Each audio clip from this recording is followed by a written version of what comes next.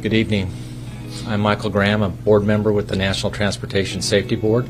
Joining me tonight is our investigator in charge, Aaron Sauer. The NTSB just recently, and within about an hour ago, arrived on scene for this accident investigation. Last night at 8:45 p.m. Pacific Standard Time, an Airbus EC-130 helicopter departed Palm Springs, California, en route to Boulder City, Nevada. At about 10:08 p.m., the helicopter impacted the terrain south of I-15 near Halloran Springs, California. Halloran Springs is about 75 miles northeast of Barstow. 2 crew members and 4 passengers were on board and were fatally injured. Before I go any farther, on behalf of the NTSB, I'd like to express our deepest sympathies to the families and loved ones of those who lost their lives in this terrible tragedy. We have a representative from the NTSB's Transportation Disaster Assistance Division on scene with us. She is currently working with the family members of those who lost their lives and will provide support as well as investigative updates as they become available.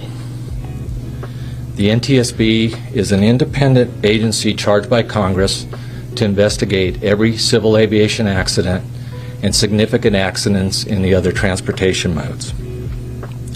We are on scene now to gather perishable evidence.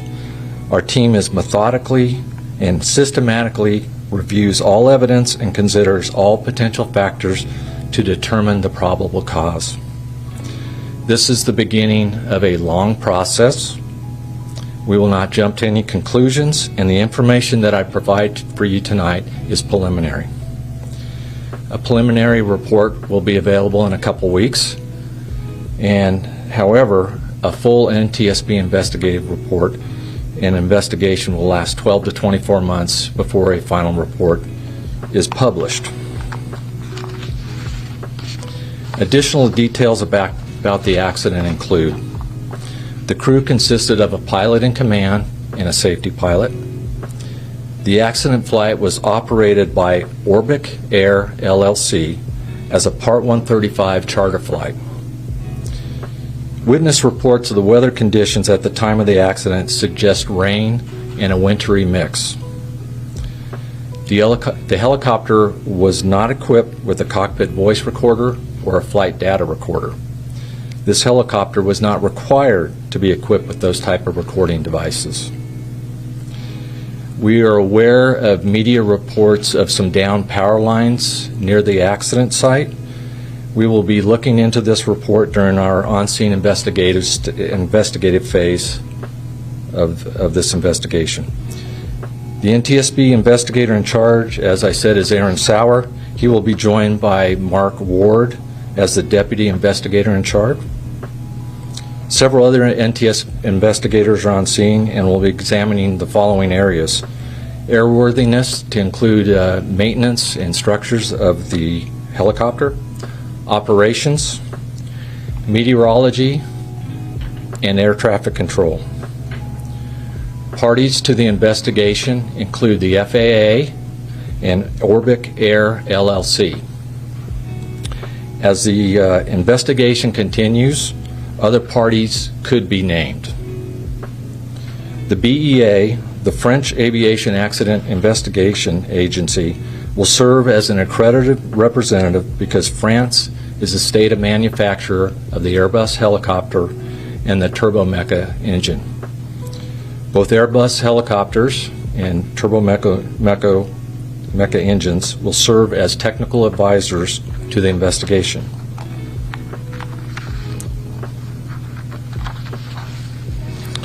Planned activities for tomorrow will include traveling to the accident site to conduct the initial on-scene documentation, and documentation will also include aerial mapping of the wreckage with a drone and site measurements.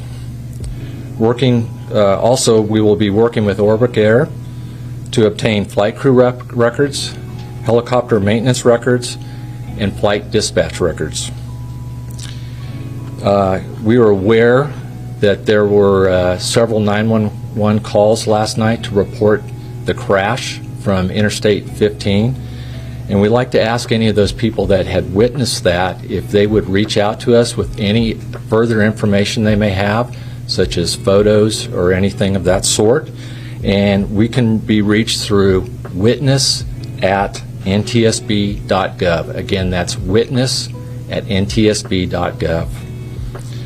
We will provide updates as they become available. You can follow the NTSB on X, or formerly known as Twitter, at ntsb.gov. One final comment. I'd like to thank the first responders who first responded to the accident scene, and the ongoing coordination of the San Bernardino County Sheriff's Department.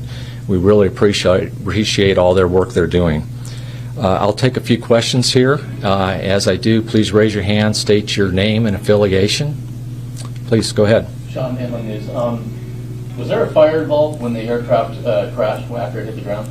The question is, was there a fire involved when the air crash hit the ground? As far as we know, from what was reported from witnesses, that there was fire when the aircraft did contact the terrain. The rental company, or was this a charter flight coming from Las Vegas, this Orbit Air, that these passengers rented this aircraft? Yeah, the question is, did these passengers rent the aircraft from a charter company? Yes, they did. The charter company actually is, I guess they have an address out of Camarillo, California, but I think they base out of Burbank. We're looking into that for sure. They will be arriving to help us out as a party member. The flight was actually from Palm Springs, California to Boulder City, Nevada. The weather conditions, you said there was a mix of rain and snow. Can you talk more about the weather conditions in the area at the time the helicopter was flying through that area? The question is about the weather conditions at the time of the accident and where the helicopter crashed. It was reported by witnesses that there was rain with some wintry mix. We currently have a meteorologist working on our team, and we are working to analyze and get the exact weather conditions at that time. Of course, that's out in the middle of the desert, so we'll have to find the closest reporting stations nearby to be able to give any accurate information as far as the weather was at the scene.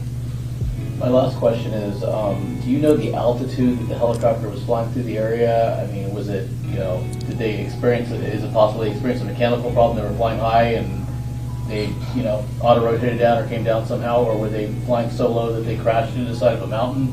What do we know about that? The question is about the altitude and the flight path of the helicopter during the